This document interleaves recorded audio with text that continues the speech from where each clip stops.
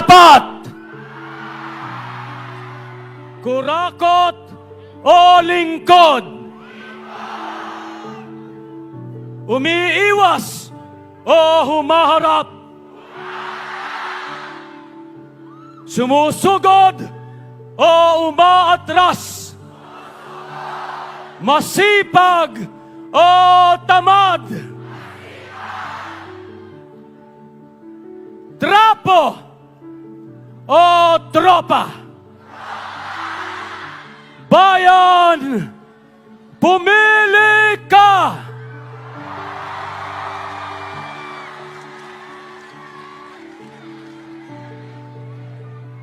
Damang-dama ko ang ating pag-ibig sa isa't isa. Ngayong gabi, palakpakan natin ang ating paninindigan. Ito ang tunay na pag-ibig sa bayan. Dahil ayaw natin ng korupsyon. Dahil ayaw natin ang lahat ng uri ng inhustisya. Dahil ang dalawang ito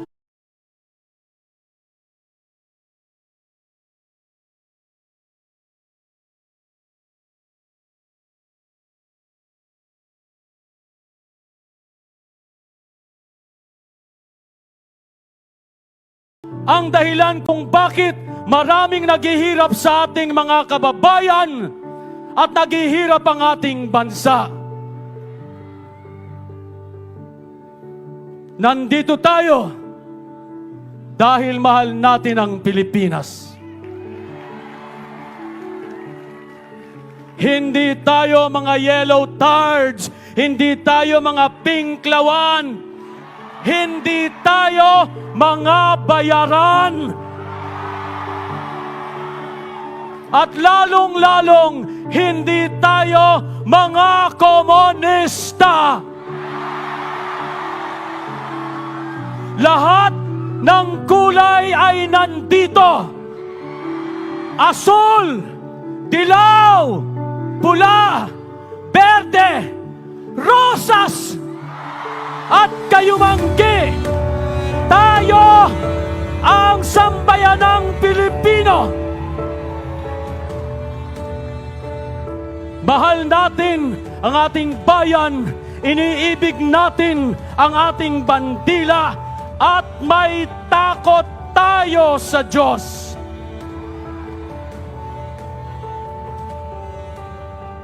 Bukod sa kaarawan ni Leni Robredo, bakit tayo nandito? Hindi natin sinasamba si Leni Robredo.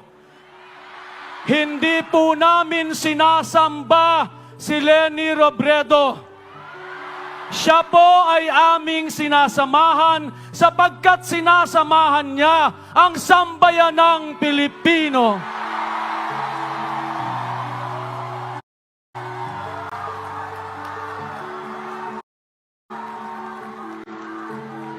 Hindi natin sinasanto o sinasanta si Leni Robredo.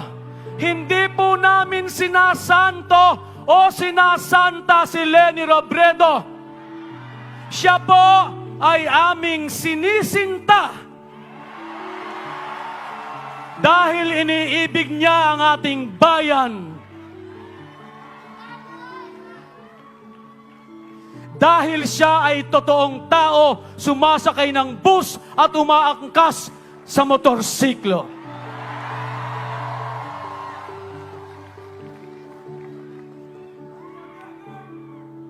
Si Leni Robredo po ay hindi natatakot. Nabantayan natin ang kanyang paninindigan at ang kanyang mga pangako dahil kilala niya ang kanyang sarili. At alam niya kung ano ang kaya niyang gawin para sa ating lahat. Hindi po siya natatakot na punahin. Nais po niyang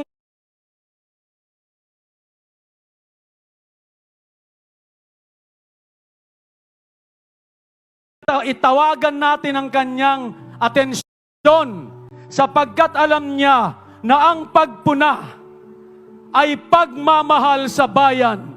Ang pagpuna ay ating tungkulin bilang nagbabayad ng buwis. Ang pagpuna sa gobyerno ay hindi pagre-rebelde o hindi pagre-reklamo. Ang pagpuna sa gobyerno ay pagmamahal at bahagi ng ating karapatan bilang mamamayang Pilipino. At alam na alam po yun ni Leni Robredo. Kaya't iyon po ang simula ng isang malusog na relasyon ng gobyerno at ng mamamayan. Kung nagkakaintindihan ang pamahalaan at ang kanyang taong bayan, nagdadaop palad, nagkakaunawaan at sabay-sabay na magtutulungan upang umangat tayong lahat. Upang masumpungan natin ang pagrosas ng bukas.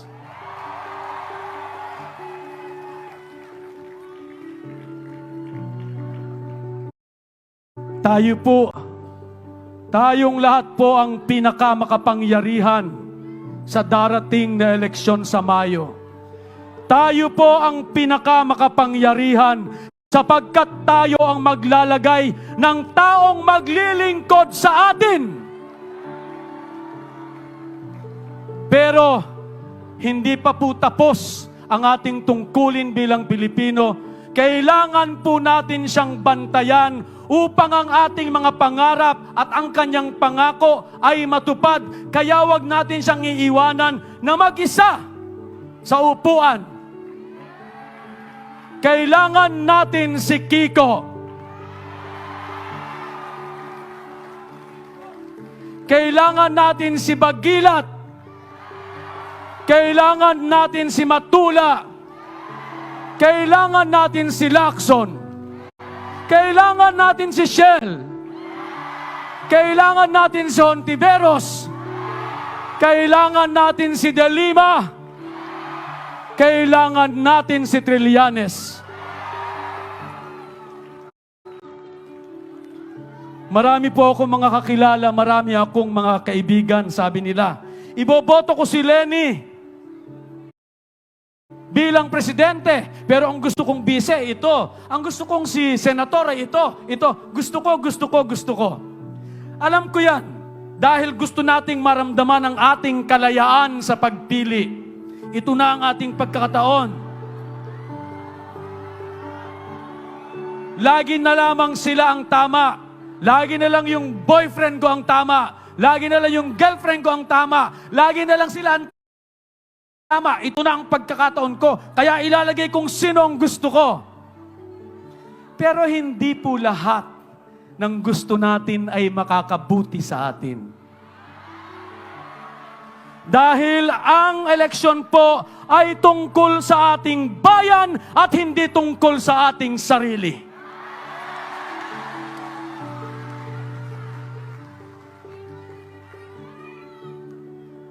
Radikal ang pagmamahal.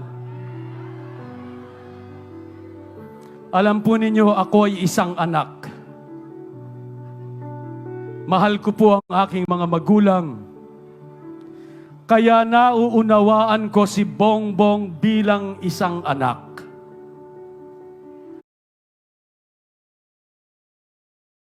Subalit, hindi kwalifikasyon sa pagkapresidente ang nauunawaan ko ang isang tao.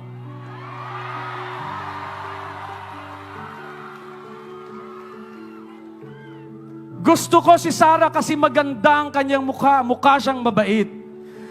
Subalit hindi kwalifikasyon sa pagkapangulo ang mukhang mabait.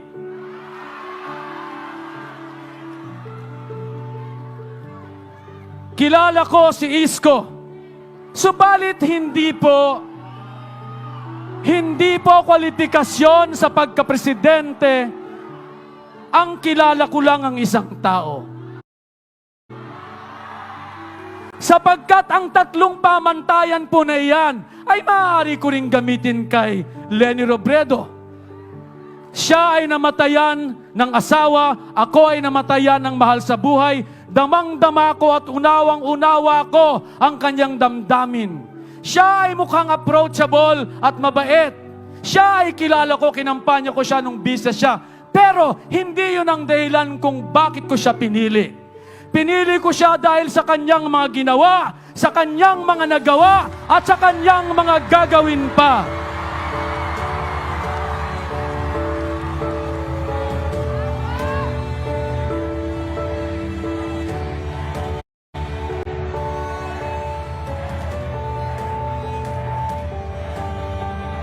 Siya lamang po ang nakita kong kandidato na pumupunta sa lahat ng malalayong lugar na hindi pa napupuntahan ng sinumang opisyal at natutulungan niya ang mga kababayan nating mga mahihirap. Natutulungan niya ang mga nasasalanta sa lahat ng bahagi ng Pilipinas na hindi niya binabawasan ang kaban ng bayan. Ni hindi niya kinukuha at nababawasan man lamang ang buwis ng bayan. Ang dami niya nang natulungan, subalit ang pinanggagalingan ng pera at ng pondo ay mula sa mga iba't ibang organisasyon at iba't ibang kumpanya na may tiwala sa kanya. Sino pa ang gumawa noon? Siya lamang po ang kilala ko. At nagagawa niya yon dahil siya isang abogada, siya isang ekonomista, siya isang guro. At hindi siya nakatira sa palasyo. Nakatira lamang siya sa isang 2-bedroom at nakikitira sa kanyang, sa magulang ng kanyang asawa. Isang totoong tao. At yon ang mga dahilan kung bakit siya ang pinipili natin.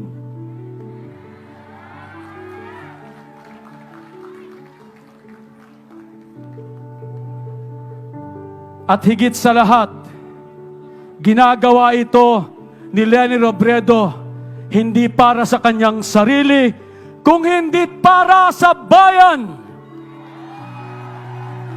Lagi nating tinatanong, bakit ba bayan na lamang lagi ang mauna? Bakit hindi ang aking pamilya? Pag pinili mo ang bayan, kasama na rin ang iyong pamilya, kasama na rin ang iyong sarili, sapagkat pag ang bayan natin ay umunlad, uunlad tayong lahat. Pag ang bayan natin ay bumagsak, babagsak tayong lahat.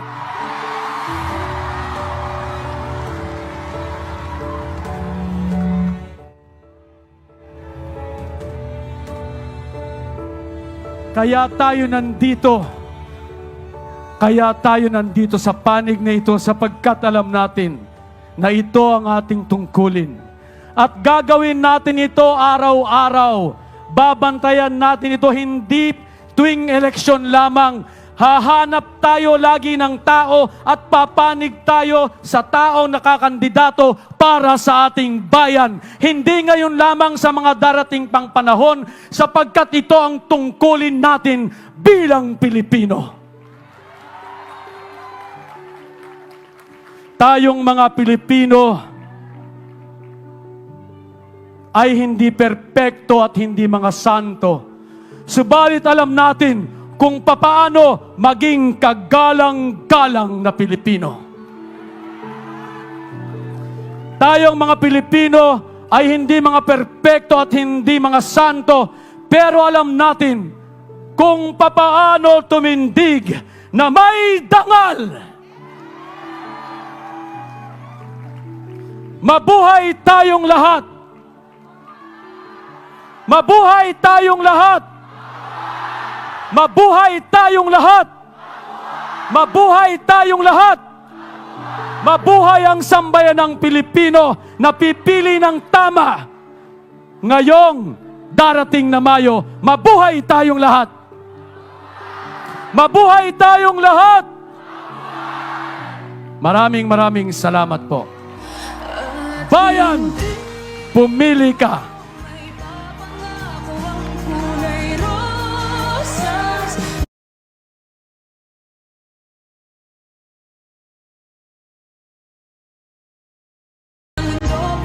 Maraming salamat, John Garcia!